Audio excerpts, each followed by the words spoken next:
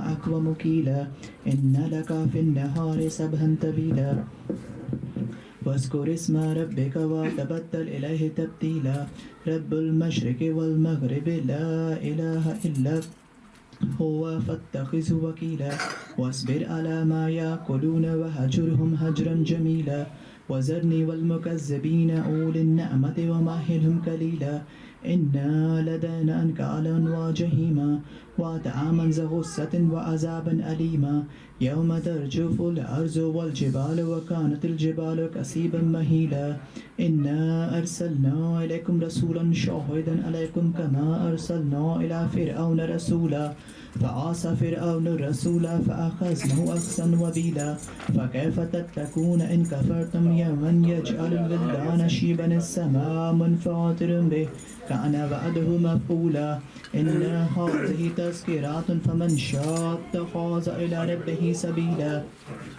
إن ربك يعلم أنك تقوم أدنى من ثلثي الليل ونصفه وثلثه وطائفة من الذين معك والله يقدر الليل والنهار علم أن لن تحصوه فتاب عليكم فاقرؤوا ما تيسر من القرآن علم أن سيكون منكم مرضى وآخرون يضربون في الأرض يبتغون من فضل الله وآخرون يقاتلون في سبيل الله فاقرؤوا ما تيسر منه وأقيموا الصلاة وآتوا الزكاة وأقرضوا الله قرضا حسنا وما تقدموا لأنفسكم من خير تجدوه عند الله هو خيرا وأعظم أجرا واستغفر الله إن الله غفور رحيم. صلوات. اللهم صل على محمد.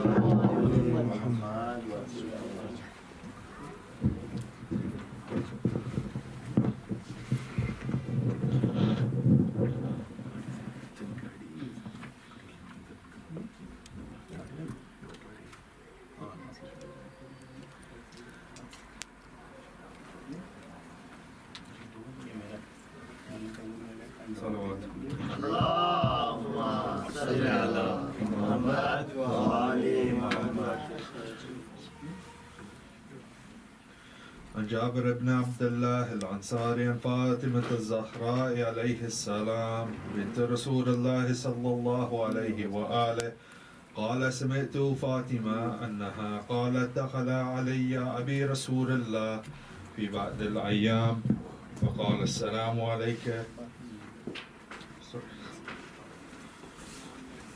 فقال السلام عليك يا فاطمة فقلت عليك السلام قال إني أجد في بدني ضعفا فقلت له أعيذك بالله يا أبتاه من الضعف فقال يا فاطمة ائتيني بالكساء اليماني فغطيني به فأتيته بالكساء اليماني فغطيته به وسرت أنظر إليه وإذا وجهه يتلأله كأنه البدر في ليلة التمامه وكماله فما كانت إلا ساعة وإذا بولدي الحسن عليه السلام قد أقبل وقال السلام عليك يا أماه فقلت وعليك السلام يا قرة عيني وثمرة فؤادي فقال يا أماه إني أشم عندك راهية طيبة كأنها راية جدي رسول الله صلى الله عليه وآله فقلت نعم إن جدك تحت الكساء فأقبل الحسن نحو الكساء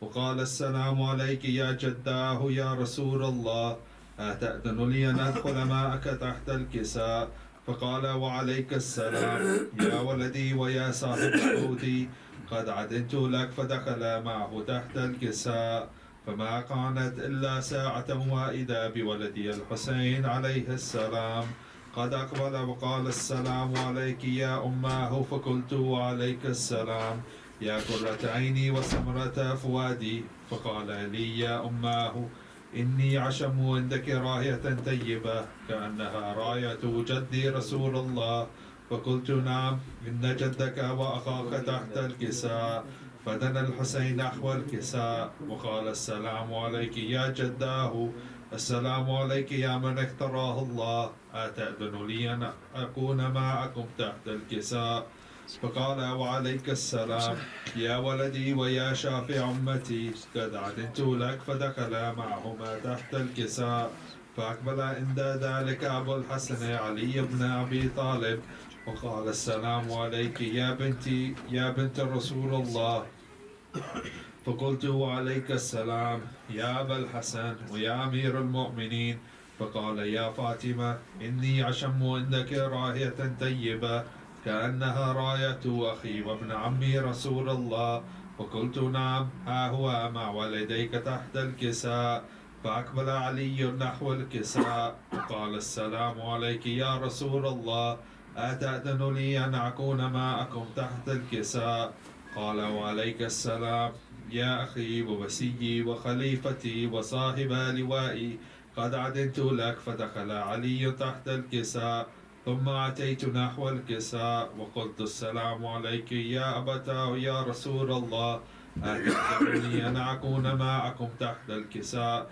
قال وعليك السلام يا بنتي ويا بدعتي قد أذنت لك. فدخلت تحت الكساء فلما اكتملنا جميعا تحت الكساء أخذ أبي رسول الله بطرفي الكساء وأومى بيده اليمنى إلى السماء وقال اللهم إن هؤلاء أهل بيتي وخاصتي وهامتي لحمهم لحمي ودمهم دمي يؤلمني ما يؤلمهم ويحزنني ما يحزنهم.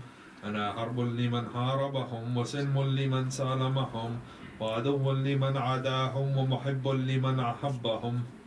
إنهم مني وأنا منهم. فاجعل صلواتك وبركاتك ورحمتك وغفرانك ورضوانك علي وعليهم وأذهب عنهم الرجس وطهرهم تطهيرا. اللهم صل على محمد وآل محمد. قال الله عز وجل يا ملائكتي ويا سكان سماواتي إني ما خلقت سماعا مبنيا ولا أرضا مدحيا ولا قمرا منيرا ولا شمسا مضيا ولا فلكا يدور ولا بحرا يجري ولا فلك يسري إلا في محبة هؤلاء الخمسة الذين هم تحت الكساء. فقال الأمين جبرائيل يا رب ومن تحت الكساء؟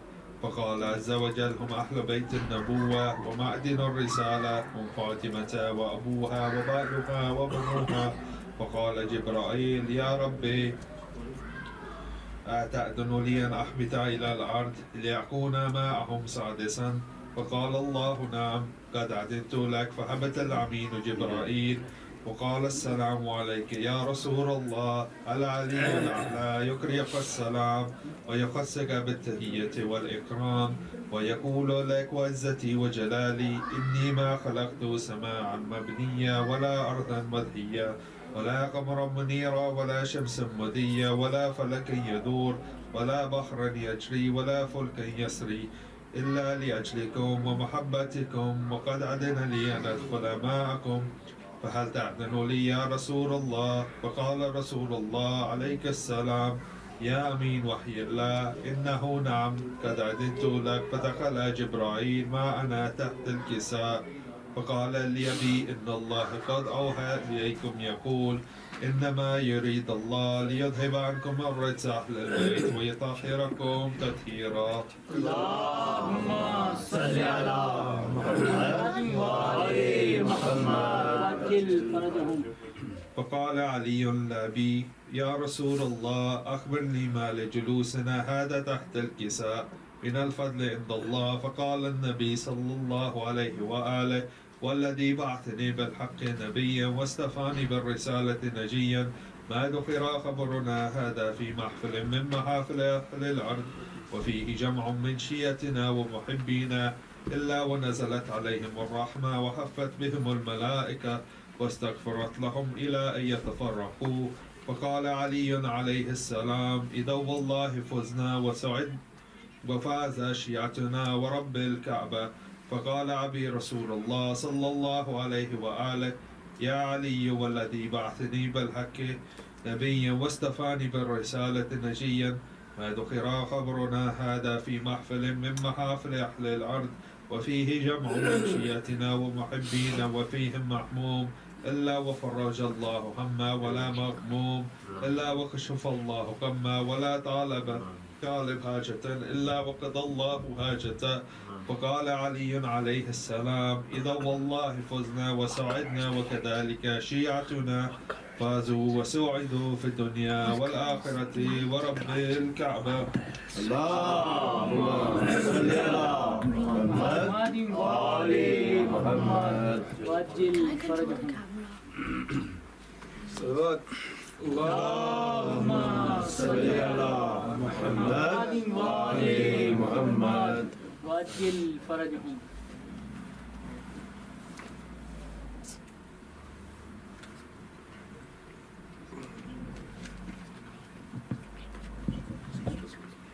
Ya Hussein, Ya Hussein, Ya Hussein, Ya Hussein, Ya Hussein, Ya Hussein, 4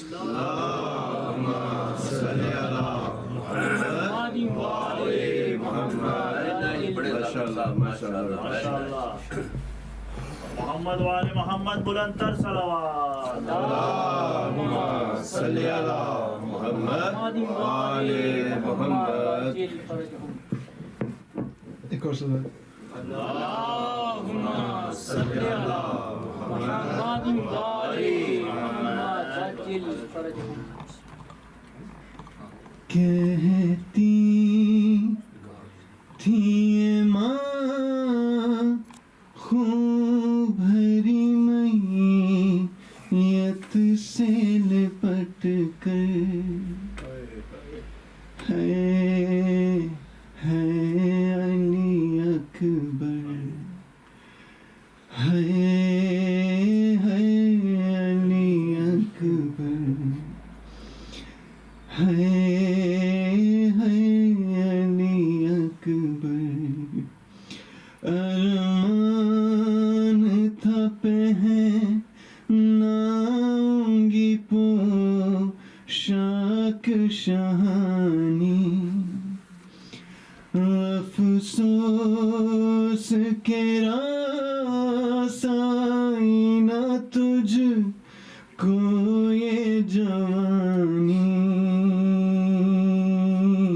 کے ساتھ مخاطر. ہے علی اکبر،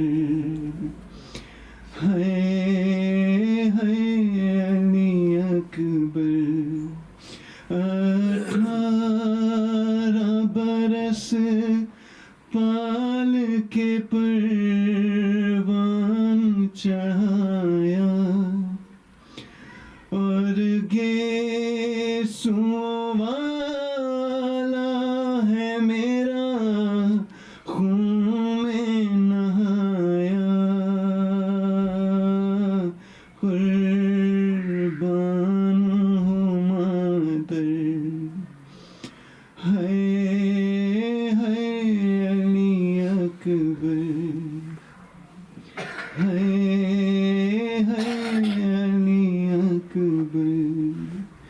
اتنا تو ذرا ٹھہروں تمہیں دولہا بنا لوں، بس ایک جھلک سحر کی صغرا کو دکھا لوں،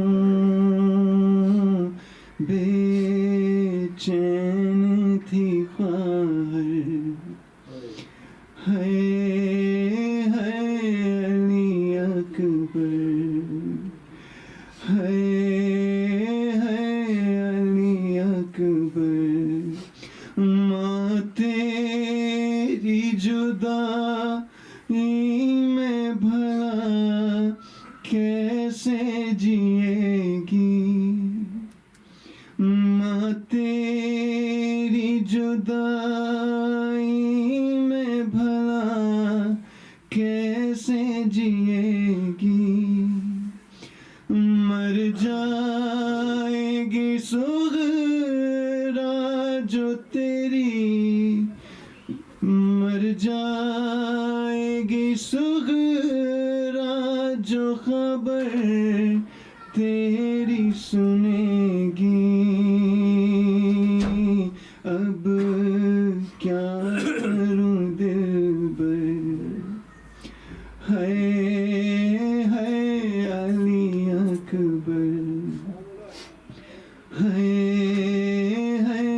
علی اکبر، ٹھہرو کہ میں 18ویں منت تو بڑھا لوں، ٹھہرو کہ میں 18ویں منت تو بڑھا لوں، پھر لے کے بلائیں تجھے جینے کی دعا دوں، صدقے ہوئے مادر، ہے علی اکبر، ہے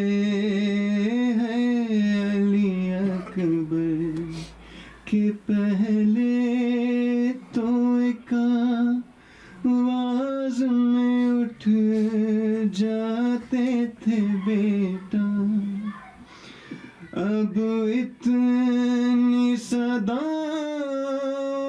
پہ بھی پہلو نہیں بدلا، کیا ہو گیا دلبر، ہے علی اکبر، ہے علی اکبر، کہ جب کوئی جوان لاش نظر آتی ہے محشر، ایک یاد سوئے کرب و بلا جاتی ہے محشر، دل روتا ہے کہہ کر، ہے علی اکبر، ہے علی اکبر، سلام اللہم صلی علی محمد وآل محمد وعجل فرجہم۔ بھائی سارے مل کے جو ہے نا صلوات پڑھا کریں، بندے بے شک تمہیں لیکن نماز کو اللہم صلی علی محمد وآل محمد وعجل فرجہم۔ فاتحہ۔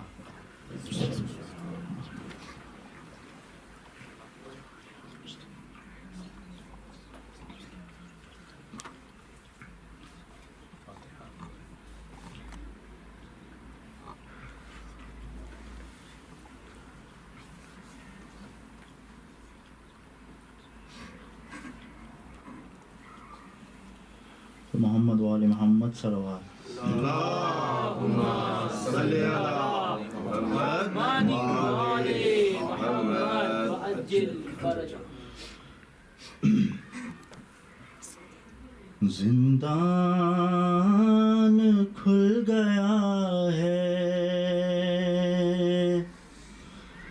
زندان کھل گیا ہے، سکینہ وطن چلو، سجاد کہہ کے گر پڑا، چھوٹی سی قبر پہ، زندان کھل گیا ہے،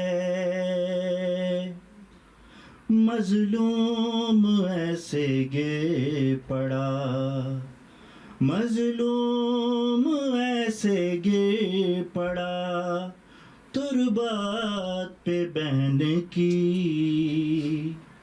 جیسے حسین تھا گرا، اکبر کی لاش پہ، زندان کھل گیا ہے، دیکھو نہیں رہی میرے ہاتھوں میں اب رسن، جانے لگا ہے قافلہ اب لوٹ کر وطن، لیکن تو بہن شام میں، لیکن تو بہن شام میں قیدی ہی رہ گئی، کھا کر تماچے سو گئی، زندہ کی خاک پہ،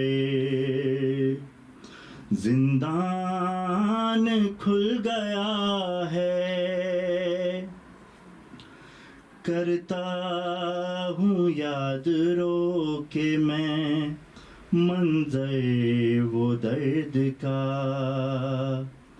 کانوں کے زخم پر جو تماچا تجھے لگا، بابا کو تو سنا پہ، بابا کو تو سنا پہ صدا دیتی رہ گئی، بابا سنا پہ روتے تھے تب تجھ کو دیکھ کر، زندان کھل گیا ہے، اماں اماں اماں کی طرح تجھ کو نہ مل پائی تھی ردا، بابا کی طرح تجھ کو کفن بھی نہ مل سکا، پتھر بھی کھائے شام میں، پتھر بھی کھائے شام میں، تو نے میری طرح ناقے سے گر کے ہو گئی، تیری بھی خم کمر، زندان کھل گیا ہے، میں لے کے تجھ کو شام سے واپس نہ جا سکا،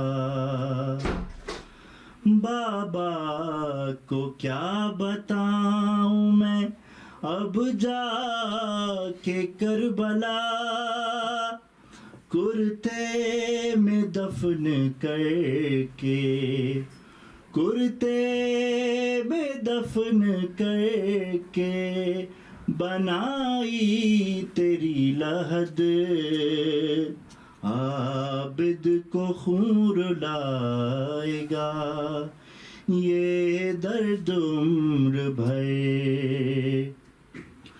زندان کھل گیا ہے، کربل میں چھن گئی تھی تیرے سر سے جو ردا، واپس میں لا چکا ہوں اسے دیکھ تو ذرا، سر پر میں تیرے رکھتا، سر پر میں تیرے رکھتا، ردا اپنے ہاتھ سے، افسوس ہائے شام میں تو نہ رہی مگر، زندان کھل گیا ہے سکینہ وطن چلو، سجاد کہہ کے گر پڑا چھوٹی سی قبر پر محمد وآل محمد صلوات۔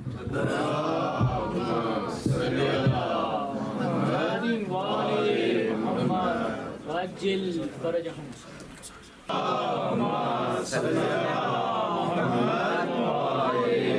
وعلى آله الطيبين الطاهرين المعصومين الهداة المهديين الذين أذهب الله عنهم الرجس وطهرهم تطهيرا. اللهم صل على محمد على محبيهم ومواليهم وشيعتهم أجمعين واللعن الدائم على أعدائهم ملعونين من الآن إلى أبد الآبدين. أما بعد فقد قال رسول الله صلى الله عليه وآله وسلم: زينوا مجالسكم بذكر أخي علي بن أبي طالب صلوات. اللهم صل على محمد. خداوند ذوالجلال آپ لوگوں کا جمع ہونا اور صف ماتم میں شاہ کربلا سید الشہداء امام شہیدان و شہید اعظم کی صف ماتم پر بیٹھ کر نذرانہ عقیدت پیش کرنا اپنی بارگاہ میں قبول فرمائے. آج پوری دنیا میں بلکہ پوری یونیورس میں حسین کی یاد جو ہے منائی جا رہی ہے اور اس کی 1446 ہجری کی تیسری مجلس ہے، اور یہ ہمیشہ سے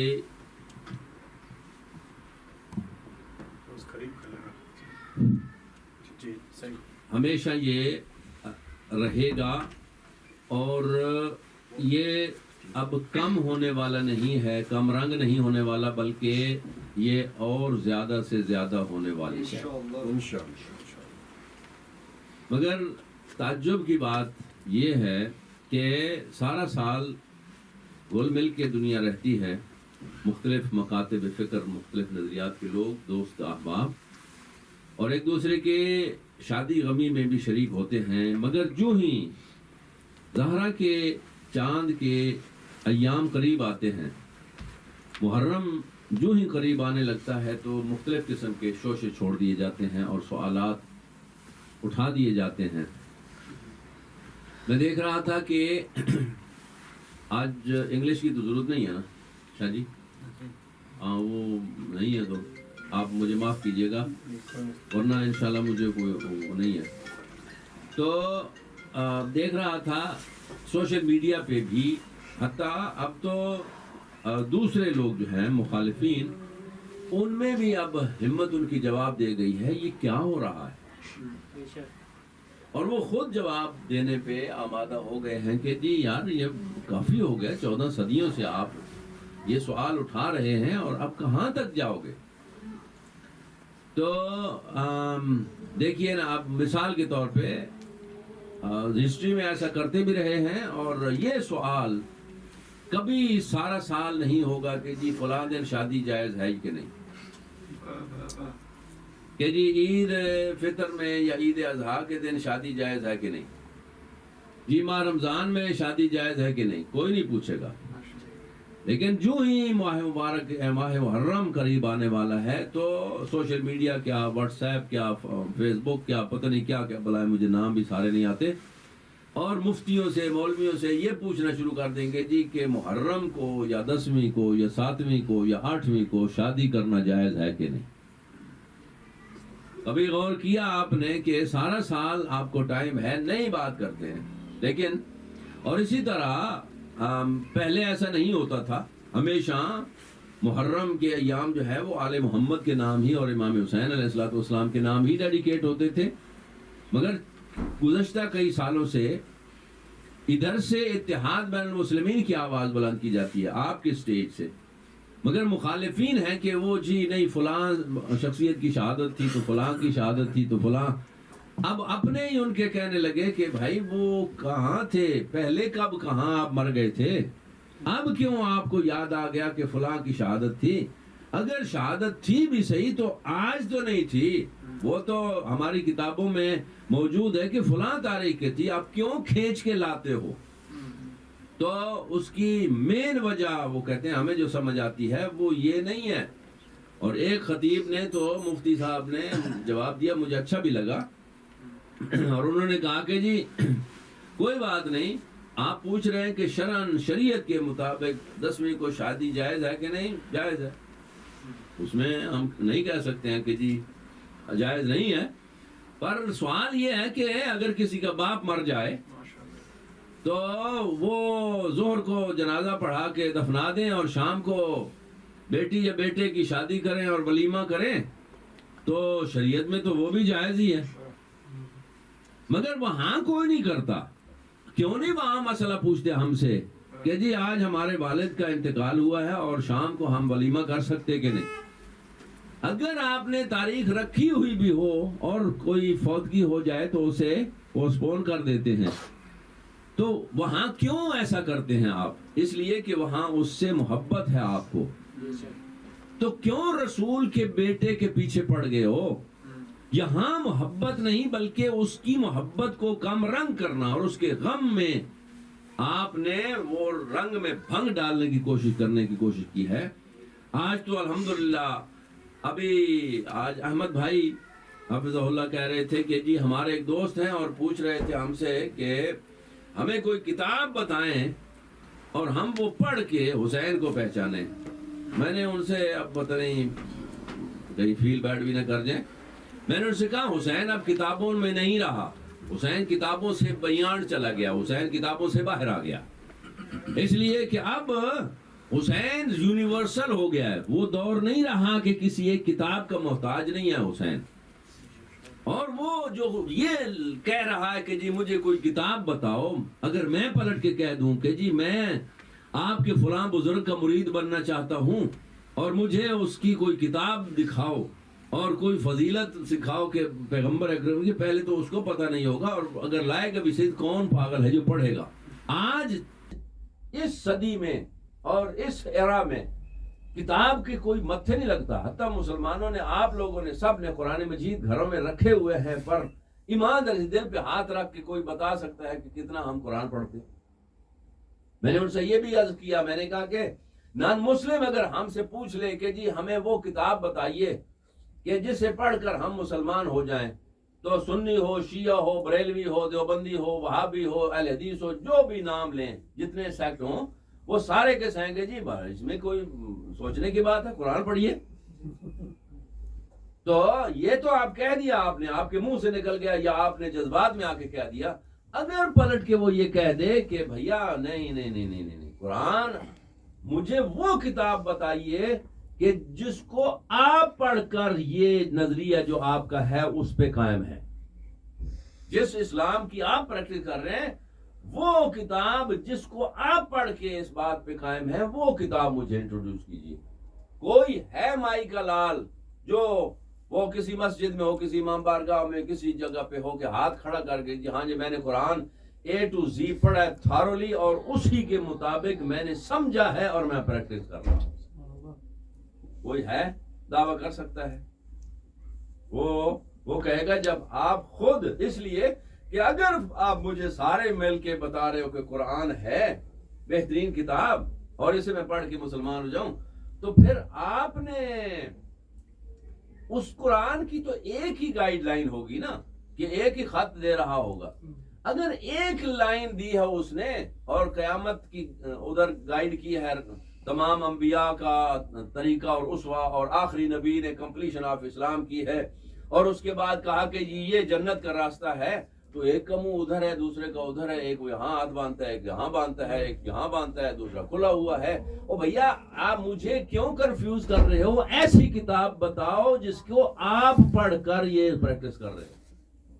کوئی بھی نہیں ہوگا، وہ سارے کہیں گے کہ بین تو تے، اس لیے کہ سب کے علم کا منبع جو ہے ان کے مولانا حضرات ہیں، اور مولوی صاحب بھی خدا شاہد ہے، اب میں قسمیں اٹھانے کا عادی نہیں ہوں، اس نے بھی کوئی نہیں پڑھا ہوتا، اس لیے کہ اس کا بھی جو ہے وہ سنی سنائی بات پہ پہلے اس کے کسی بزرگ سے اس نے سن رکھا ہے۔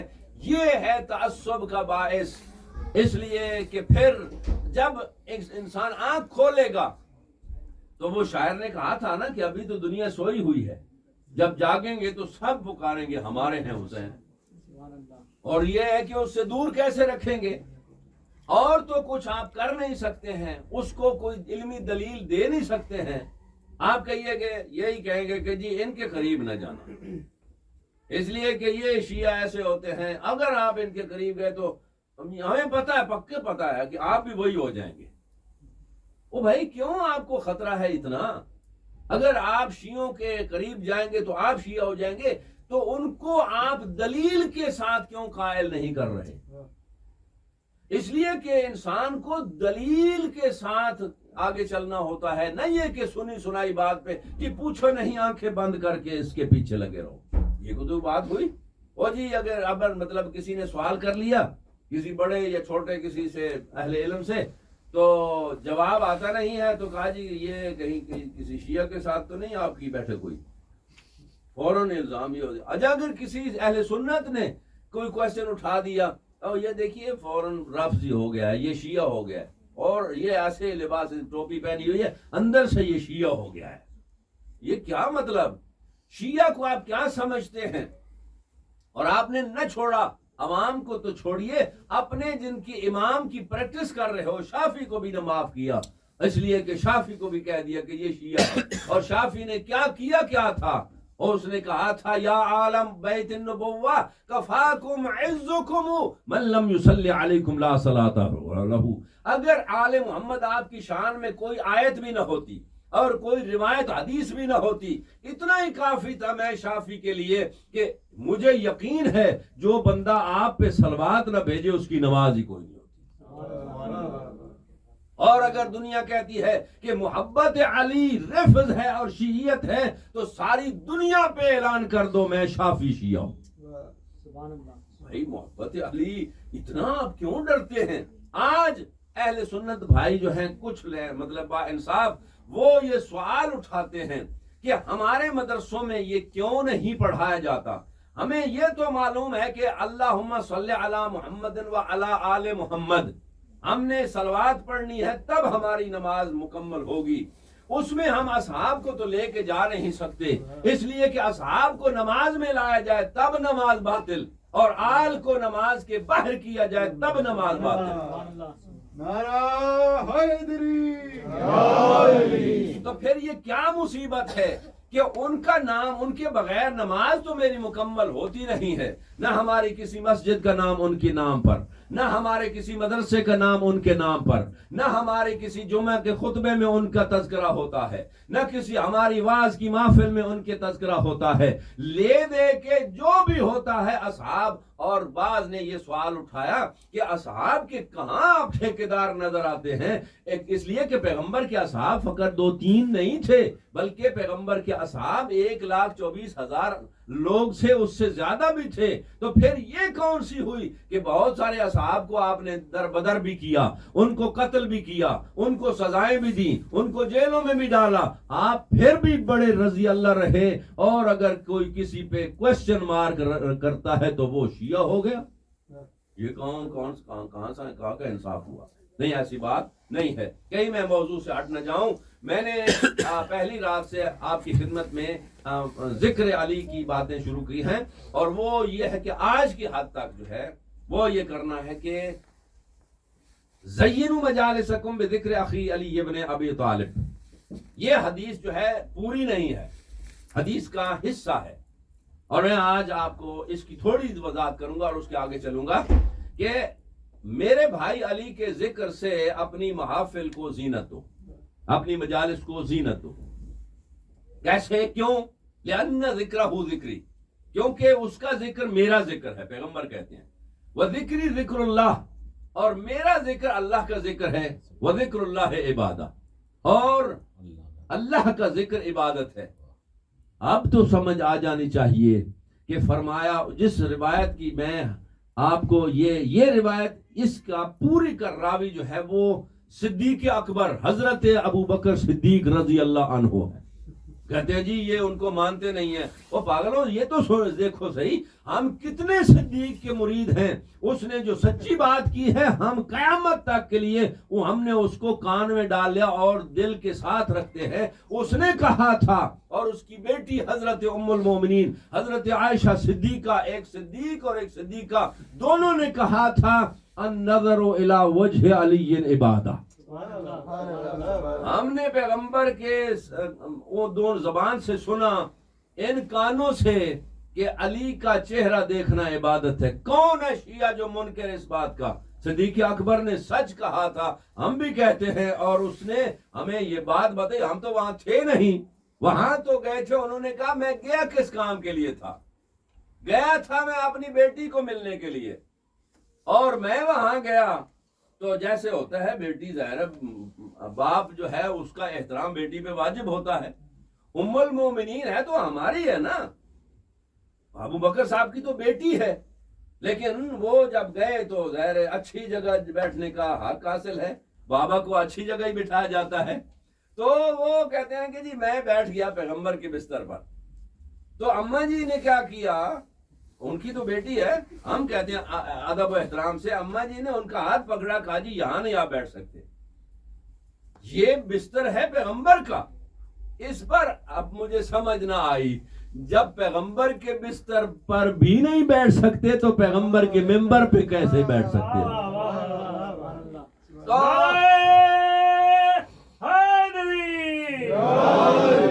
تو حضرت عائشہ نے رضی اللہ عنہا نے کہا کہ بابا یہاں آپ نہیں بیٹھ سکتے، اس کو پھر ٹھیک کیا اور آپ ادھر بیٹھیے۔ اتنے تک عجیب بات یہ ہے، یہ دونوں راوی ہیں اس حدیث کے، اور وہ فرماتے ہیں کہ تھوڑی دیر ہوئی تو پیغمبر بھی آ گئے، اور پیغمبر آ کے اپنے بستر پہ تشریف فرما ہوئے، کچھ وقت بھی نہ گزرا تھا فوراً علی ابن ابی طالب بھی آ گئے۔ ان کو اماں جی نے یہ نہیں کہا جی آپ ادھر بیٹھیں تو ادھر بیٹھیں، وہ بیٹھے حضور کے ساتھ اسی بستر پر۔ تو اب جو ڈائریکشن بنی وہ بابا جی کی وہ یہ تھی کہ پیغمبر سامنے ہیں اور لگتا ایسے ہے کہ علی ایک سائیڈ پہ ہیں اور اماں جی ایک سائیڈ پہ ہیں، یہ ایک سین سمجھانے کے لیے۔ تو صلوات بھیجیے محمد و آل محمد۔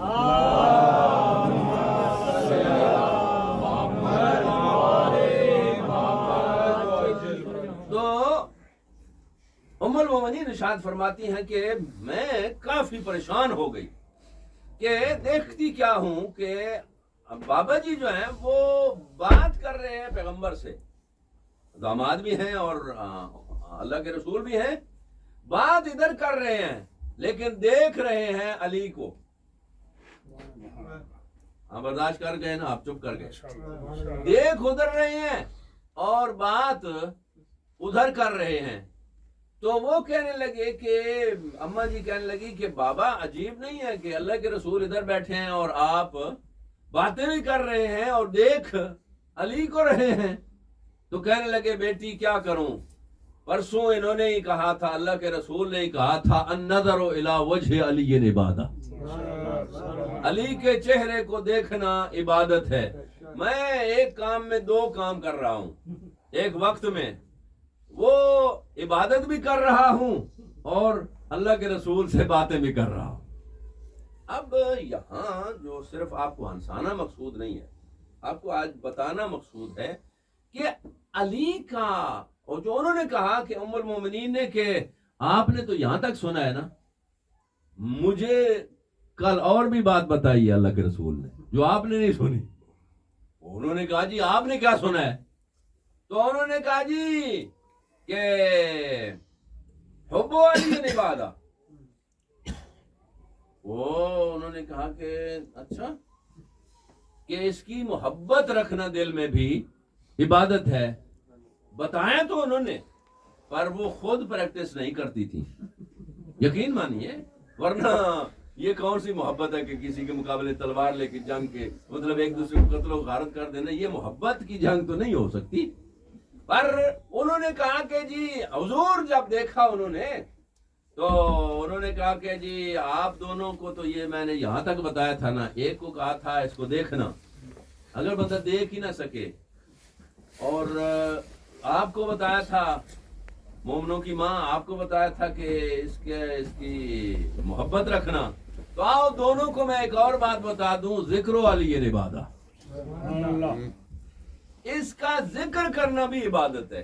اس کے بعد کیا کرتے تھے صحابہ کرام رضوان اللہ علیہم اجمعین؟ وہ مدینہ میں وہ کہتے تھے کہ کننا نعرف المنافقین فی عہد رسول اللہ بذکر علی ابن ابی طالب اور ببغضہم علی ابن ابی طالب، کہ ہم مومن اور منافق کو پہچانتے تھے رسول اللہ کے زمانے میں، علی کا ذکر کرتے تھے، وہاں پتہ چل جاتا تھا کہ یہ مومن ہے یا منافق.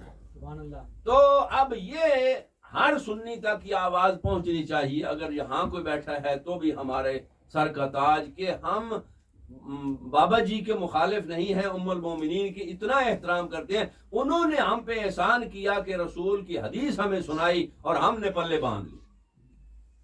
تو عزیزان محترم، اب یہاں سے عبادت کیسی ہوئی؟ ایک جو مس انڈرسٹینڈنگ ہے اس کو آج دور کر لیں کہ واللہ العظیم شرع قسم ہم نے اٹھا لی کہ کوئی شیعہ بھی علی کی عبادت نہیں کرتا، علی کو خدا نہیں مانتا. علی کے شیعہ کی یہ پہچان بھی ہے اور عقیدہ بھی ہے کہ عبادت کے لائق صرف علی کا رب ہے، اور شیعہ کی یہ پہچان ہے کہ سجدہ صرف اور صرف اللہ کو سزاوار ہے اور کسی کے لیے سجدہ جائز نہیں. مگر ادھر بابا جی نے بھی بتایا، ام المومنین نے بھی بتایا کہ اس کا ذکر بھی، اس کو دیکھنا بھی اور اس کی حب محبت رکھنا بھی یہ عبادت ہے. تو اللہ کے رسول نے آگے اس حدیث میں اس کی وجہ بھی بتا دی. اس لیے عبادت ہے کہ اس کا ذکر نہیں رہتا، وہ میرا ذکر ہو جاتا ہے، اور میرا ذکر میرا نہیں رہتا بلکہ وہ اللہ کا ذکر ہوتا ہے. اور کون احمق ہے جو کہے گا اللہ کا ذکر عبادت نہیں ہوتا؟ اور اللہ کا ذکر جب ہو جائے تو وہ عبادت ہوتی ہے. اب یہاں تک تو آپ نے سن ہی لیا. غصہ بھائیوں کو یہ لگتا ہے کہ جی یہ سارا وقت علی علی کرتے ہیں اور یہ کہتے ہیں جی یہ عبادت ہوتی ہے. تو ہم کہیں گے کہ بھائی آپ بھی کسی کا نام ایسا لے لیں، کسی بزرگ کا نام لے کر عبادت کر لیں، مگر پروف آپ پر ہے. اس لیے کہ جو دعویٰ کرتا ہے پروف اسی پر ہوتا ہے.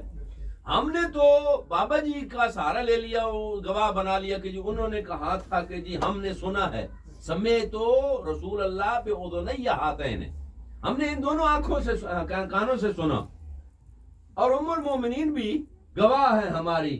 آپ بھی کہیے فلاں بابے کا ذکر پیغمبر نے کہا تھا کہ اس کا ذکر عبادت ہے، ہمیں کیا، کوئی مروڑ نہیں ہے، کوئی تکلیف نہیں ہے.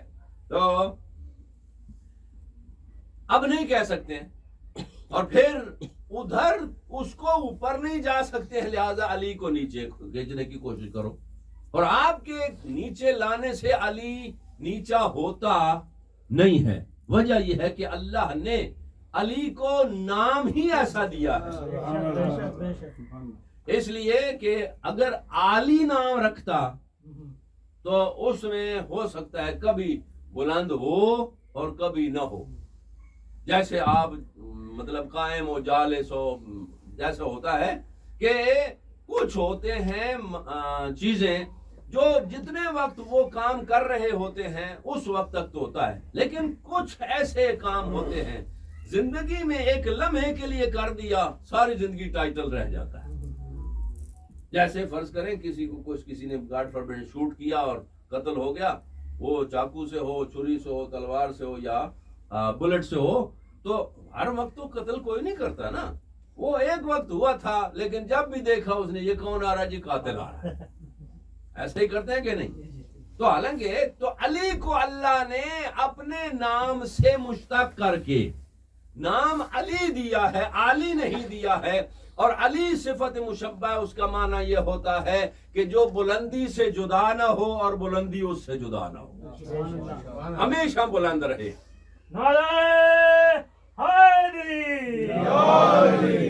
اب یہ میں نے کہاں سے لے لیا کہ جی اللہ نے علی کا نام رکھا ہے؟ آپ ماشاءاللہ سنے ہوئے بھی ہوں گے، پر آپ کو دوبارہ ریپیٹ کر دوں کہ یہ اس وقت کی بات ہے کہ فضائل علی کہ حضرت فاطمہ بنت اسد علی کی اماں آئیں جب علی کی ولادت کا وقت آیا. اور آج بھی جب مکہ آپ جاتے ہیں تو وہ رکن یمانی وہ باقی 4 دیواروں سے میچ نہیں کرتا، اس کے بلاک ابھی پھٹے ہوئے بھی ہیں اور جتنی کوشش کر لیں وہ ایسے ہی رہیں گے.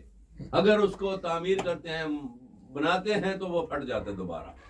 اور وہاں ہم نے ان سے پوچھا تو کچھ لوگ مومن بھی ہوتے ہیں، کہتے ہیں جی ہم اعلان نہیں کر سکتے، ہر 13 رجب کو یہ پھٹ جاتا ہے.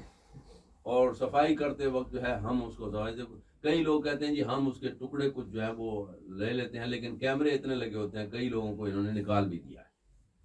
However, اب فرق آپ نے کرنا ہے کہ حضرت مریم عذراء بطول پہلی امتوں کی معصومہ، وہ اتنی پاک تھیں کہ مسجد میں رہتی تھیں، مسجد الاقصی میں، ایسا ہی آپ نے سنا رکھا ہے. لیکن جب عیسیٰ کی ولادت کا وقت آیا تو کہا گیا کہ اخرجی، مریم یہاں سے نکلیے، اس لیے کہ یہ عبادت خانہ ہے، زچہ خانہ نہیں ہے.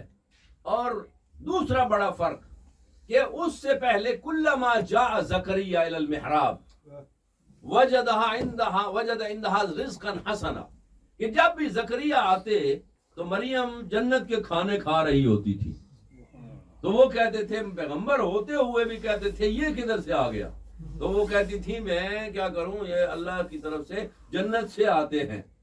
مگر جب عیسیٰ کی ولادت ہوئی تو کہنے لگا اللہ رب العزت آج سے جنت کے کھانے بند، اس لیے کہ اب مریم تیری محبت جو ہے وہ تقسیم ہو گئی، صرف ہم سے نہیں بلکہ آپ کے بیٹے سے بھی محبت ہو گئی، لہذا تھوڑی مزدوری کرنا پڑے گی، آپ اس کو ہلائیں گی کھجور کے درخت کو اور اس کے تنے کو، تو آپ کو کھانا ملے گا، پانی بھی ملے گا، سب کچھ ملے گا، لیکن کچھ نہ کچھ آپ کو کرنا پڑے گا، اور آج سے جنت کے کھانے بند. لیکن علی کی اماں ہمیشہ جنت کے کھانے نہیں کھاتی تھی، گھر میں رہتی تھی ابو طالب کے. مگر جب ولادت کا وقت آیا تو خود وہ فرماتی ہیں مجھے عاطف غیبی نے آواز دی تھی، یا فاطمہ ادخلی ھذا البیت، اے فاطمہ اس گھر کے اندر داخل ہو جاؤ. اور فاطمہ نے ڈیمانڈ کی تھی میں اس دروازے سے نہیں جاؤں گی جس سے باقی بندے جاتے ہیں، تو اللہ نے اسپیشل دروازہ بنایا تھا. اور ایک بات آپ کے حوالے کرتے ہیں ہدیہ، وہ یہ کہ بھائی لوگوں سے آپ سوال سنتے آئے ہوں گے کہ جی یہ خود کہتے ہیں کہ جی علی کعبے میں پیدا ہوئے، اس کے پیدا ہوئے کوئی نہیں. تو یہ اور کچھ لوگ ہیں انہی میں سے وہ کہیں گے جی وہ ہیں تو بڑی ان کی فضیلت بڑھ گئی ہے، اس لیے کہ کعبے میں پیدا ہونا وہ تو مطلب. اور بھائی لوگ ان کو جواب دینا چاہتا ہوں، اس لیے کہ کعبے میں علی کا پیدا ہونا آپ انکار نہ کریے ورنہ آپ کا بڑا نقصان ہو جائے گا. اور کعبے میں علی کا پیدا ہونا علی کی فضیلت نہیں ہے بلکہ کعبے کی فضیلت بڑھ گئی ہے. تو کیسے علی کعبے میں، اس کا کوئی انکار ممکن ہی نہیں ہے. کہ قرآن مجید میں سورہ آل عمران ابھی سن رہے تھے، اس میں موجود ہے ان اول بیت وضع للناس للذی ببکۃ مبارکا وہدی للعالمین۔ اللہ کہتا ہے کہ ہم نے سب سے پہلا گھر روئے زمین پہ بنایا، وہ بکہ میں تھا۔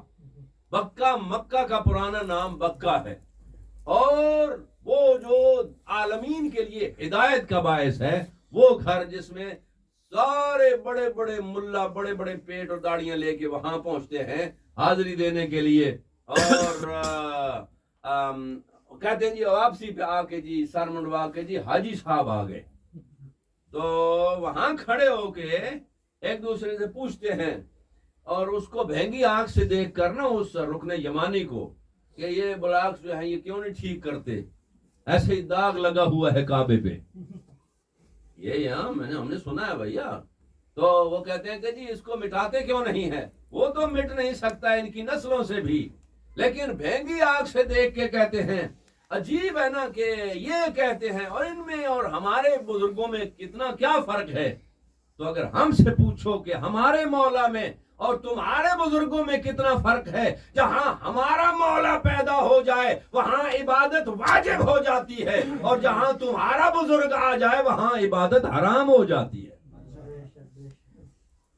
یہاں وجوب و حرمت کی بات ہے بھائی، ایسا بات نہیں ہے کہ پھر ہوا کیا کہ علی کو انکار نہ کرو کہ وہ پیدا نہیں ہوئے، اس لیے کہ ابھی میں آپ کو عرض کروں کہ عربی میں گھر کے لیے ایک لفظ نہیں ہے۔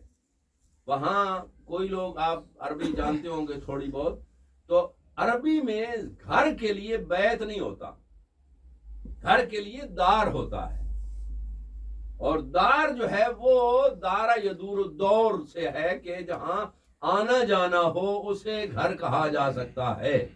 آپ کے بھی کئی گھر ہوں گے، یہاں بھی ہوگا، پاکستان اور انڈیا میں بھی ہوگا، اور کسی اور جگہ پہ بھی ہو سکتا ہے، مگر بیت جو ہے ہر جگہ نہیں ہو سکتا۔ بیت بیتوتا سے ہے جس میں کوئی رات گزارے، اسے بیت کہتے ہیں۔ ذرا توجہ کیجئے گا، اللہ کا گھر کہتے ہیں بیت اللہ۔ آپ سارے مسلمان مل کے کہتے ہیں بیت اللہ کا حج کرنے گئے تھے۔ بیت اللہ اس وقت ہوگا کہ کوئی آ کے اس میں رات گزارے۔ اللہ اگر اس میں رات گزارے تو وہ اللہ نہیں رہتا، اس لیے کہ محدود ہو جائے گا۔ تو کسی نہ کسی کو تو وہاں رات گزار کر ثابت کرنا ہے کہ یہ بیت ہو گیا ہے۔ تو عزیزان کون وہاں رکا؟ ابھی تک تو اب آدم سے لے کر آج تک اور آج سے لے کر قیامت تک کے لیے معلوم نہیں ہے کسی نے بھی رات نہیں گزاری سوائے دو شخصیات کے، اور وہ ہیں فاطمہ بنت اسد اور ان کا شہزادہ علی ابن ابی طالب۔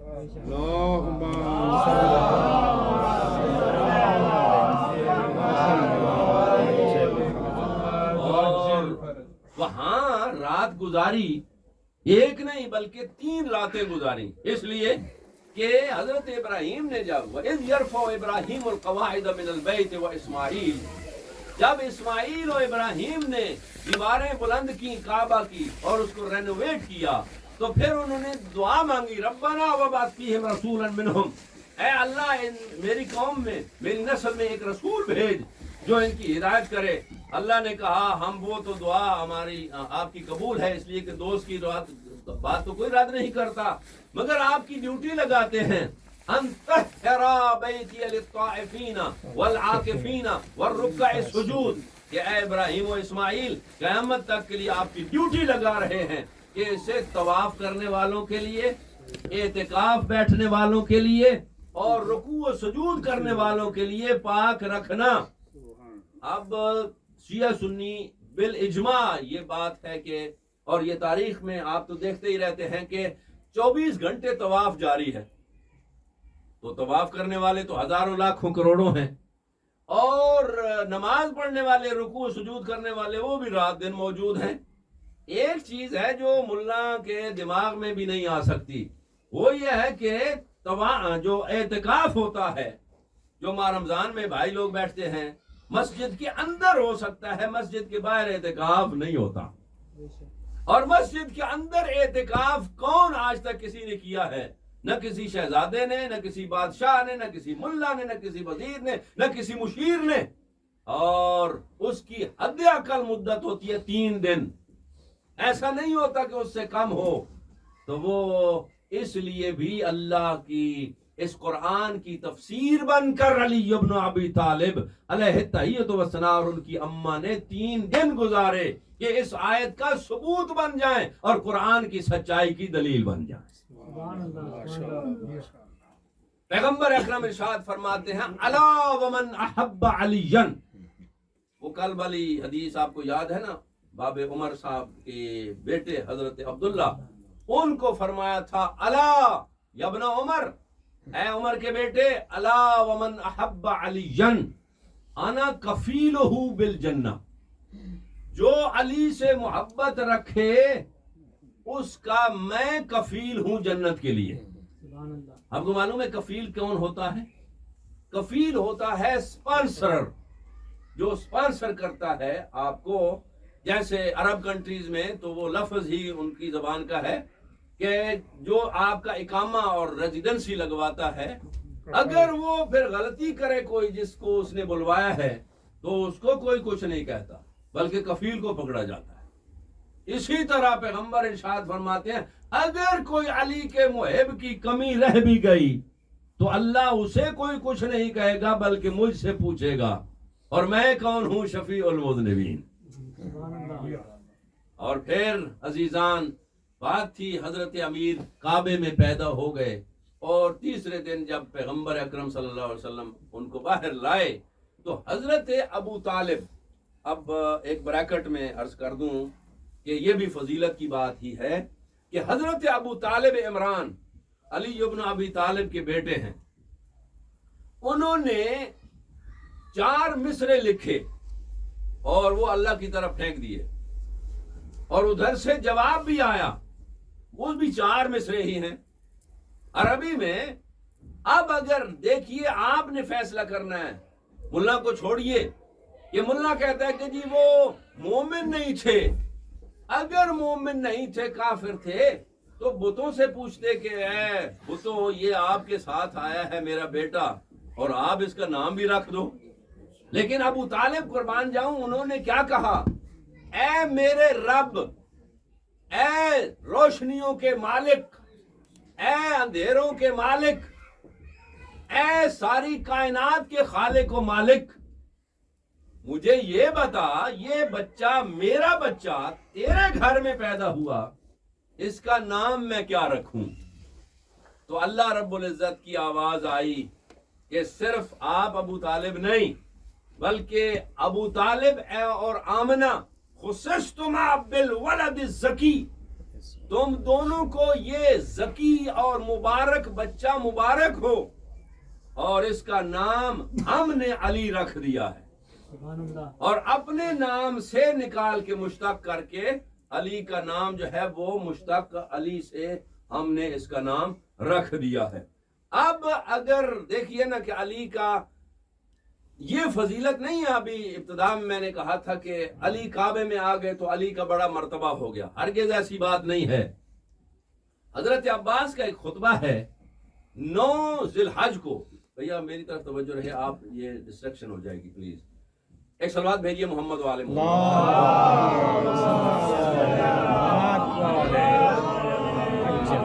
حضرت عباس کا ایک خطبہ ہے 9 ذی الحج کو کہ حضرت عباس ارشاد فرماتے ہیں ساری دنیا کو خطاب کر کے کعبے کی چھت پر چڑھ کے کہ اے دنیا والو، یہ کعبہ ہے جس کو اس حسین ابن علی کے والد کی تولد نے اور پیدائش نے اس کعبے کو فضیلت بخشی ہے.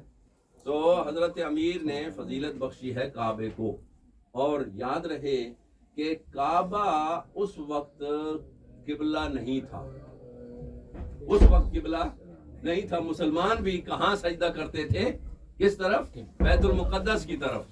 اور جب تک اس لیے کہ علی کے بارے میں حضرت پیغمبر کی ایک اور حدیث ہے کہ علی روح العبادہ و روح الاسلام، کہ علی جو ہے وہ میرا بھائی وہ عبادت کی اور اسلام کی روح ہے، اور جب تک روح بدن میں نہ آئے وہ کسی کام کا نہیں ہوتا. تو جب تک روح نہیں آئی کعبے میں اس وقت تک اسے سجدہ کے قابل نہیں بنایا گیا تھا.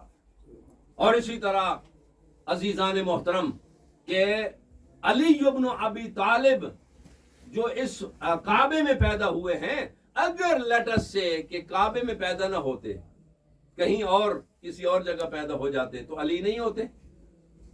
سب محققین کا یہ فیصلہ ہے، ڈزنٹ میٹر، جہاں بھی علی پیدا ہو جاتے علی علی ہی ہوتے.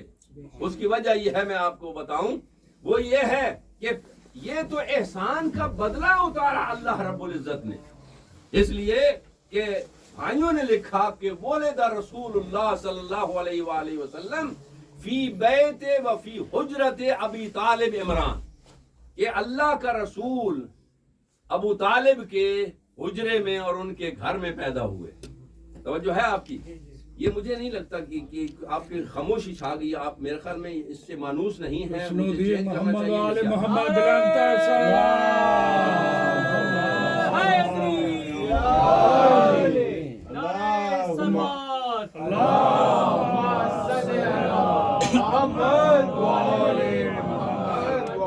مجھے اگر آپ بور ہو رہے ہو تو مجھے بتا دیجیے گا، میں چینج کر لوں گا. لیکن یہ ہے کہ مجھے لگتا ہے کچھ جو سناٹا چھایا ہے کہ کچھ غلط ہو رہا ہے. بسم اللہ بسم اللہ بسم اللہ. یا آپ کا سٹائل ہی یہی ہے سننے کا آپ لوگوں کا. مجھے بہرحال جو یہاں آتا ہے اسے تھوڑا فیل ہوتا ہے کہ جی یا تو بتا دیجئے کہ چینج کرنا ہے، یا یہ ہے کہ آپ کا سٹائل ایسا ہے، تو پھر میں مطمئن اپنی بات پہ چلتا رہوں گا. لیکن ایک دو دفعہ تو میں نے کہا کہ جی جب میں اس سے بات کر رہا ہوں تو آپ، لیکن آپ تو بالکل ہی خاموش ہو گئے. صلوات بھیجیے محمد والے.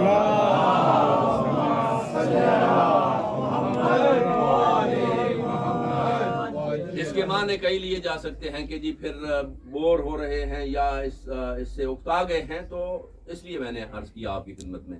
تو اگر اسی کو جاری رکھنا ہے تو پھر ایک اور صلوات بھیجی محمد.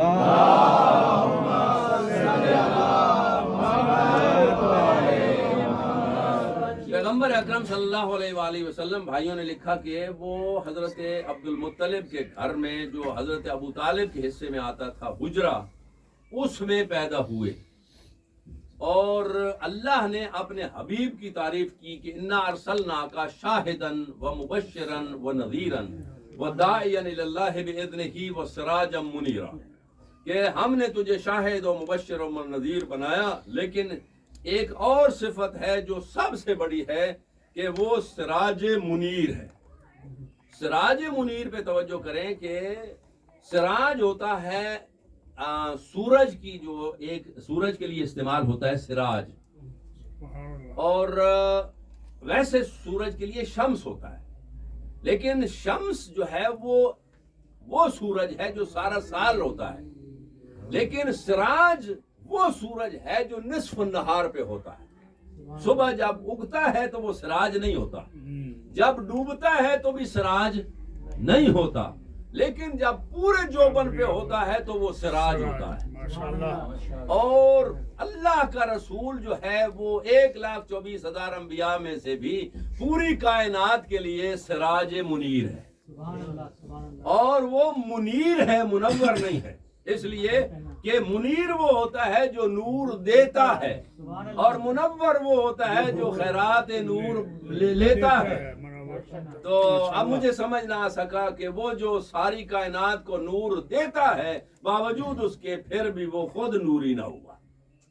کہتے ہیں جی نعرہ تکبیر، اللہ اکبر، نعرہ رسالت، یا رسول اللہ، نعرہ حیدری، حیدری، حیدری، نعرہ صلوات.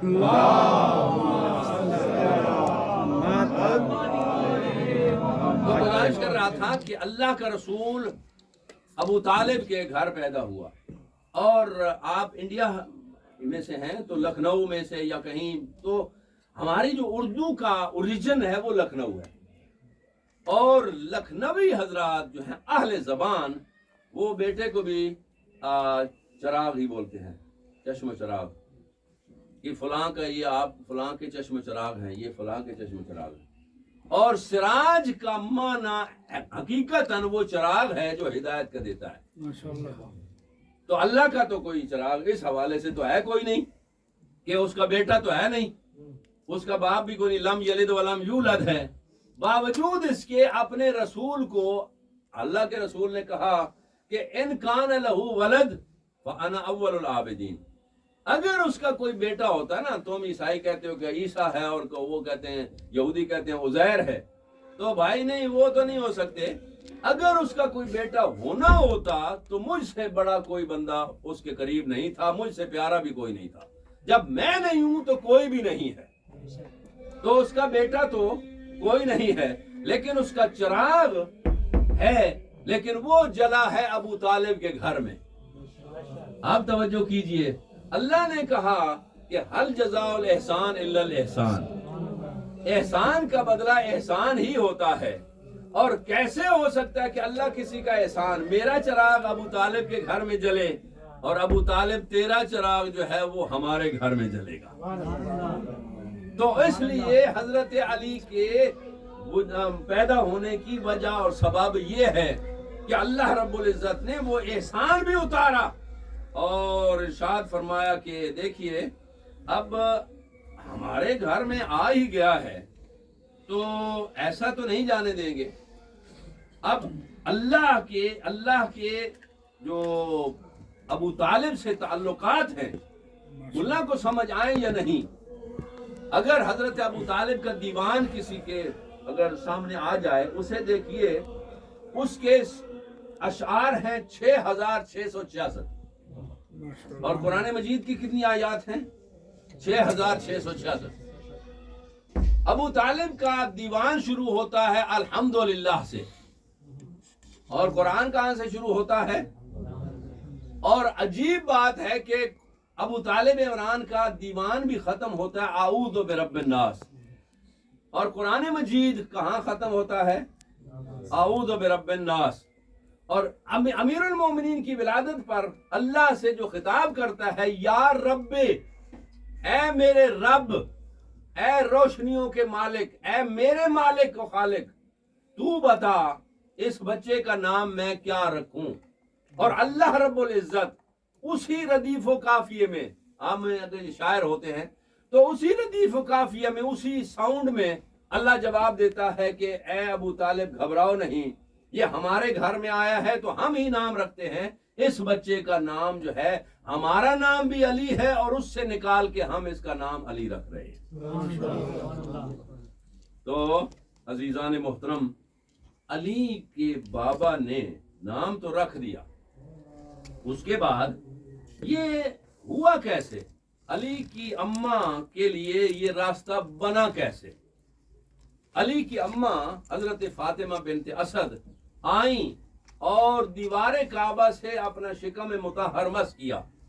قرآن مجید آپ کے گھروں میں ہے نا، اس میں ایک سورہ ہے، سورہ مبارکہ حشر، اور حشر کے آخری رکوع کو جا کے چیک کیجئے گا، وہاں یہ آیت موجود ہے، بسم اللہ الرحمن الرحیم، لو انزلنا هذا القرآن على جبل لرأيته خاشعا متصدعا من خشیة اللہ وتلك الامثال نضربها للناس. کہ یہ قرآن اگر ہم پہاڑوں پہ اتارتے تو پہاڑ پھٹ جاتے، ریزہ ریزہ ہو جاتے.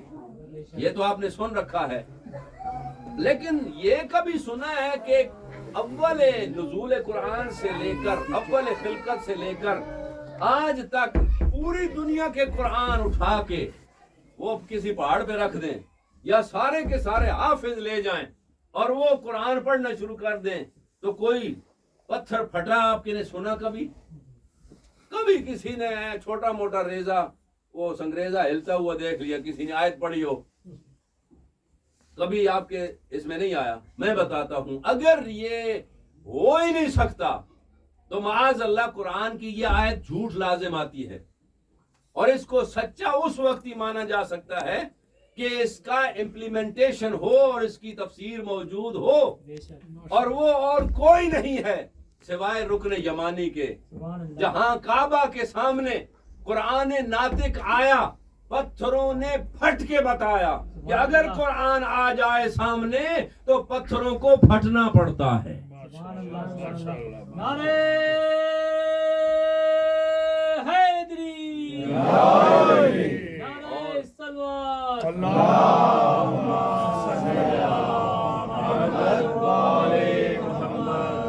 مادر علی نے شکم مس کر کے ایک خطبہ دیا ہے، اللہم انی مومنۃ بکا، اے اللہ۔ اب دیکھیں نا، یہ کہتے ہیں جی وہ پتہ نہیں مسلمان تھے کہ نہیں۔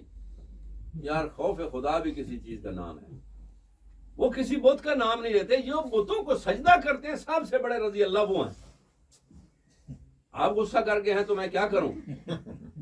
سب سے بڑے رضی اللہ وہ ہیں جو اسلام کے خلاف جنگ بھی کرتے رہے، رسول اللہ کے خلاف بھی لڑتے رہے ہیں، اور بتوں کو سجدے بھی کرتے رہے ہیں، وہ تو ہیں رضی اللہ۔ اور جن کی گھٹی میں توحید ہے وہ، اچھا میں ایک آپ مثال دے دوں آپ کو، آپ سے سوال کر لوں۔ آپ مجھے بتایا، اور میں زیادہ تر لوگوں کے نہیں نام جانتا، مسرور بھائی نے اور احمد بھائی نے کہا جی ہماری بڑی خواہش ہے کہ ہمارے بچے جو ہے نا وہ ان کی تعلیم کا کوئی سسٹم ہو۔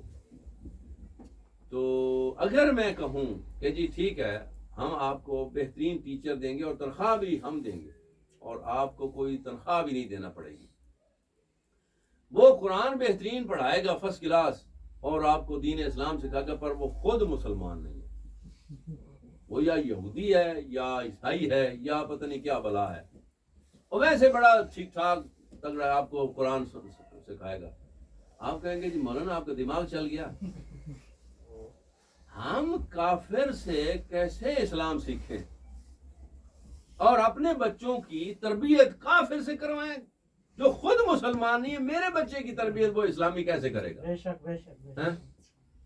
ملا کو شرم نہیں آتی؟ اللہ رب العزت پر اتنا تہمت لگاتا ہے کہ اللہ کے پاس اور کوئی نہیں بندہ رہ گیا تھا، ایک کافر سے اپنے نبی کی تربیت کروائی تھی۔ اگر ابو طالب کافر ہے خدا کی نگاہ میں تو تربیت کیوں کس لیے کروائی اور کس کی؟ پھر اگر آپ سے میں کہوں کہ جناب آپ سے ماشاءاللہ بڑے نوجوان ہیں اور شادیاں کرتے ہیں آپ لوگ، تو فرسٹ کلاس ہم جو ہے آپ کی اپوائنٹمنٹ کرتے ہیں کسی چرچ میں آپ کا یا کسی مندر میں یا سنگاگ میں آپ کا نکاح کروائیں گے، کیسا لگے گا؟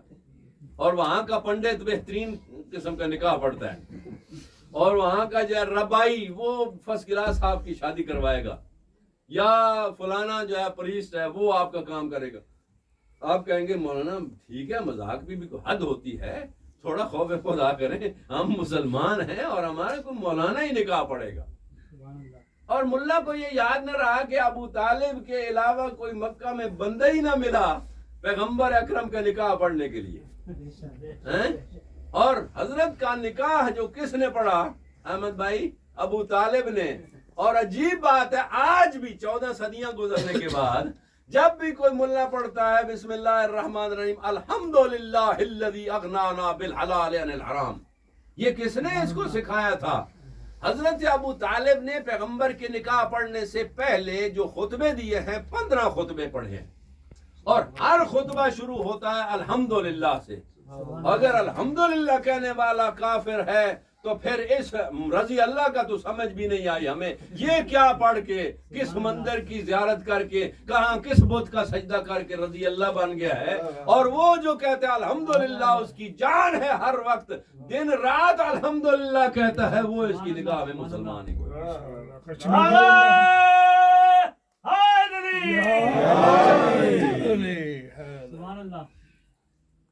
آج کی حد تک پھر انشاءاللہ آگے بڑھیں گے۔ حدیث پھر رہ گئی، آپ کی چپ نے تھوڑا پریشان کر دیا تھا، اس لیے معافی چاہوں گا انشاءاللہ۔ آج 3 محرم الحرام کی رات، اور آج کی رات ہم ڈیڈیکیٹ کرتے ہیں۔ آپ معلوم نہیں آپ کے ہاں اگر کوئی مخصوصیاں آپ نے طے کر رکھی ہیں تو مجھے بتا دیتے تاکہ اس کے حساب سے چلتا، ورنہ جو ہم اس رات کو حضرت سفیر حسین مسلم بن عقیل کو ڈیڈیکیٹ کرتے ہیں. سنے ہوئے ہیں آپ حضرت مسلم بن عقیل. مسلم ابن عقیل معصوم نہیں ہے. ہمارے شیعہ کے عقائد کے مطابق حضرت مسلم معصوم تو نہیں ہے، لیکن ایک لفظ میں آپ کو ہدیہ کر رہا ہوں، یہ وہ ہے، انہیں کہا جاتا ہے تالی تلوے معصوم. معصوم کے ایک سیڑھی نیچے والا. اور اس کی دلیل یہ ہے کہ معصوم کے علاوہ بیعت جائز نہیں ہے. آپ سارے سنتے ہیں نا کہ حضرت مسلم بن عقیل کی بیعت کی گئی تھی کوفہ میں. تو اگر یہ عام بندے ہوں تو ان کی بیعت جائز نہیں ہے. حضرت سید الشہداء نے جب اپنے اس بھائی کو بھیجا تھا تو جو لیٹر لکھا تھا کوفیوں کی طرف، اس میں 3-4 لفظ لکھے تھے کہ انی لقد ارسلت الیکم اخی وابن عمی ومعتمدی وثقتی من اہل بیتی. میں تمہاری طرف اپنے بھائی کو، اپنے پورے قابل اعتماد بندے کو، اپنے چچا زاد بھائی کو اور اپنی اہل بیت کے فرد کو بھیج رہا ہوں. اور عجیب بات ہے کہ کنگڈم ہو یا کوئی ملک ہو، اس کے سفیر ایک نہیں ہوتا، بہت سارے ہوتے ہیں نا. ابھی دیکھیں آپ آئرلینڈ میں رہ رہے ہیں تو آئرلینڈ کا ایک سفیر تھوڑا ہوگا، لیکن ایک ہی بادشاہی ہے اور کنگڈم ہے حسین ابن علی کی، جس نے جب مسلم بن عقیل کو سفیر قرار دیا اس کے بعد سفارت ہی بند کر دی. کہا کہ مسلم کے ہوتے ہوئے دوسرا سفیر ضرورت ہی نہیں ہے. حضرت مسلم بن عقیل کو بھیجا اور حضرت مسلم بن عقیل اپنے 2 بیٹوں محمد اور ابراہیم ان کو لے کر، اور ایک ہم نے تو یہی ذاکروں سے سنا تھا کہ جی وہ تنہا آئے تھے اور غربت میں، ایسی بات نہیں ہے، بلکہ حضرت مسلم بن عقیل کہیں سے بھاگ کے نہیں آئے تھے اور کہیں کوئی ڈر کے چھپ کے نہیں جا رہے تھے، بلکہ بڑے پروٹوکول کے ساتھ، اپنے نوکروں کے ساتھ، اپنے گائیڈ کے ساتھ، اپنے سارے سلسلے کے ساتھ جا رہے تھے. لیکن جنگلات میں بھوک اور پیاس سے سارے مر گئے سوائے ان 3 بندوں کے. حضرت مسلم اور ان کے 2 بیٹے زندہ بچ گئے تھے، وہ بھی آلموسٹ مر جاتے لیکن وہ خدا کی مشیت سے بچ گئے تھے. تو جب کوفہ پہنچے، عزیزوں میں آپ کا وقت شریف زیادہ نہ لوں اور تھوڑا سا مجھ پہ مہربانی بھی کیجئے کہ یہ ایام ہیں رونے کے، اور اس طرف توجہ دیجئے. ہو سکتا ہے آپ کا سٹائل ایسا ہو کہ خطیب جو ہے وہ گھبرا جاتا ہے کہ جی یہ کیا ہو رہا ہے، میں پتہ نہیں کیا ان کو ڈسٹرب کر رہا ہوں یا کیا. تو کوئی بات نہیں، یہ وقت بھی گزر جائے گا، مگر آج مسلم کے نام پہ آنسو بہا سکتے ہیں اور وہ آپ کا شفیع روز محشر قرار پائے گا. عزیزو، حضرت مسلم کے بارے میں لکھا ہے روایات میں اور تاریخ کتب میں کہ جب نماز مغرب پڑھائی تھی کوفہ کی مسجد میں تو 30,000 یا 18,000 کم از کم لوگ تھے جنہوں نے نماز با جماعت پڑھی. لیکن عزیزو، جب عشاء کی نماز ختم ہوئی، مسلم نے غریب کربلا کے سفیر نے جب السلام علیکم ورحمۃ اللہ کہا، پیچھے مڑ کے دیکھا تو راستہ بتانے والا بھی کوئی نہیں تھا، اور غریب کا راستہ تو بتانے والا کوئی نہیں تھا. اتنے رش میں جناب مسلم کے وہ 2 بیٹے بھی بچھڑ گئے تھے. خدا کسی کو پردیس میں ایسی سچویشن کا شکار نہ فرمائے کہ کسی کے بچے گم نہ ہو جائیں. اب مسلم کیا کرے، کوئی وہاں جاننے والا بھی نہیں ہے. آپ جائیں زیارات کے لیے، مسجد کوفہ کے ایک کونے میں مسلم کی زری ہے اور دوسرے کونے میں جناب ہانی بن عروہ کی زری ہے. مسلم نے ہانی بن عروہ کے گھر میں پناہ لی اور اس کو بھی اتنا مارا پیٹا گیا، 100 کوڑے مار کے شہید کر دیا گیا. اس کے بعد مسلم وہاں سے نکلے اور کوفہ کی گلیوں میں پھر رہے ہیں، کوئی جاننے والا نہیں ہے. ایک روایت ہے کہ ایک مستور کا دروازہ کھلا تھا اور اس کے دروازے کی دہلیز پہ بیٹھ گئے سستانے کے لیے. جب وہ دروازہ بند کرنے کے لیے آئی تو کہنے لگی اے مسافر اپنے گھر چلا جا. مسلم کا ٹھنڈا سانس نکلا اور کہنے لگے اے مستور اے کنیز خدا، اگر میرا گھر ہوتا تو میں یہاں نہ بیٹھتا، اگر کسی کا گھر ہی نہ ہو تو اس نے کہا جو بھی ہو میں تجھے اجازت نہیں دیتی کہ تو میرے گھر کے دروازے پر بیٹھے. تو آل محمد کی افراد کی یہ عادت تھی کہ جب بھی کھڑے ہوتے تھے تو کہتے تھے یا ابا الحسن ادرکنی، جیسے آپ کہتے ہیں یا علی مدد، تو حضرت مسلم اٹھتے بھی جاتے ہیں اور کہتے جاتے ہیں یا ابا الحسن ادرکنی فی سبیل اللہ. جو ہی اس مومنہ نے سنا کہنے لگی اتعرف مولا یا ابو الحسن، کیا تو جانتا ہے میرے مولا ابو الحسن کو؟ مسلم سر جھکا کے کہتے ہیں بی بی جیسے کوفہ میں تیرے مولا ابو الحسن علی کو جانتا ہوں ایسے کوئی نہیں جانتا، تو پھر تو میرے مولا حسین کو بھی جانتا ہوگا. کہنے لگے جیسے حسین کو میں اس زمانے میں جانتا ہوں بی بی کوئی بھی نہیں جانتا. تو تیسرا سوال آیا اگر حسین کو جانتا ہے تو پھر تو میرے حسین کے، میرے مولا حسین کے سفیر مسلم بن عقیل کو بھی جانتا ہوگا. اب مسلم سے برداشت نہ ہوا، سر اٹھا کے کہتے ہیں بی بی انا مسلم ابن عقیل، میں ہوں تیرے مولا کا سفیر مسلم. کہنے لگی پاؤں پہ پڑ کے کہنے لگی مجھ سے گناہ ہو گیا، خطا ہو گئی، میں زہرا کے کیسے سامنے جاؤں گی؟ آؤ میرے مولا کے سفیر میرے گھر آ جاؤ. کھانا پیش کیا، حضرت مسلم نے انکار کیا اور مصلی پہ عبادت کی ساری رات. جب صبح نمودار ہوئی تو فوجوں نے گھیرا ڈالا. مسلم ابن عقیل نے تلوار نیام سے نکالی اور جناب طوع کے گھر سے نکلے. جناب طوع کہتی ہے اے مسلم کہاں جا رہے ہو؟ تو کہنے لگے اے بی بی ہم اشراف ہیں، ہم برداشت نہیں کر سکتے کہ کسی کے گھر پہ فوج حملہ آور ہو جائے. میں کہوں گا مسلم کربلا میں آئیے، زہرا کی بیٹیاں اور فوجی حملہ آور ہو گئے ہیں. عزیزو وہ وقت بھی آیا، مسلم نے بہت سارے لوگوں کو جہنم واصل کیا، مگر کیا کرتا علی کا اکیلا شیر. اور کتنی فوج بھی منگوائی گئی. عبید اللہ ابن زیاد نے کہا ایک بندہ تم سے قابو نہیں ہوتا.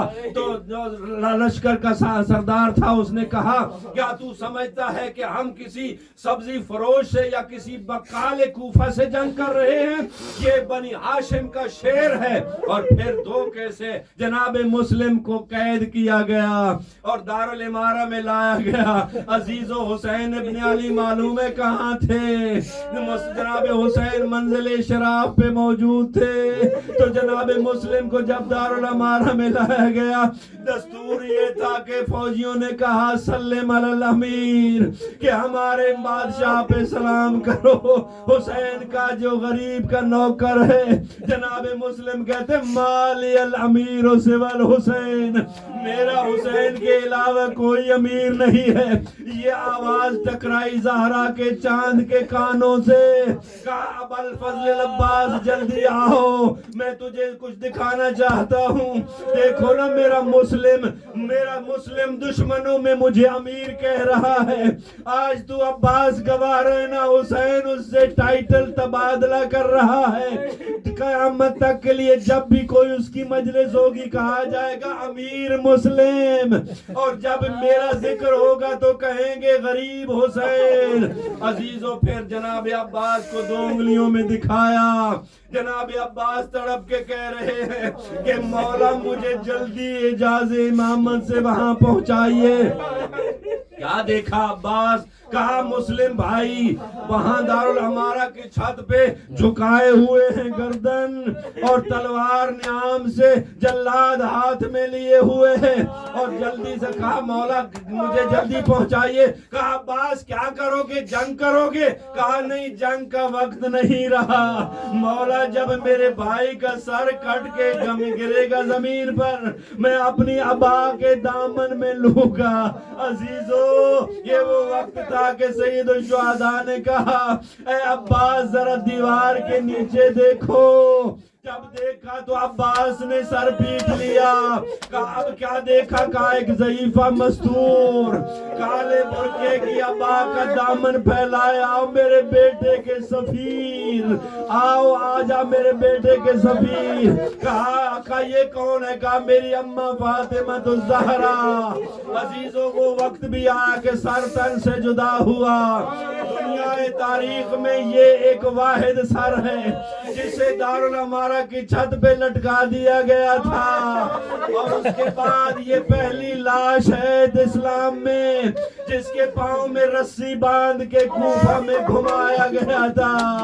عزیزوں وہ وقت بھی آ گیا جب 12 محرم کو جناب مسلم کی بیٹیاں بھی اور جناب مسلم کی زوجہ بھی اور لٹا ہوا قافلہ کربلا کا جب آیا کوفہ میں تو جناب رقیہ بنت علی کہتی ہے سردار آپ تو چلے گئے لیکن آپ کے ساتھ میرے 2 بچے بھی تھے, ان کی کوئی خبر ہو؟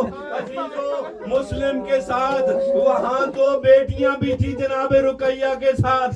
ایک کربلا میں شہید ہوگی گھوڑوں کی ٹاپوں سے, اور ایک کا نام ہے حمیدہ. وہ کوفہ میں جب اپنے بابا کا سر دیکھا لٹکا ہوا اپنے آپ کو اونٹ سے گرا دیا, اور اس کے بعد پتہ میں معافی چاہوں گا کیسے شہید ہوئی.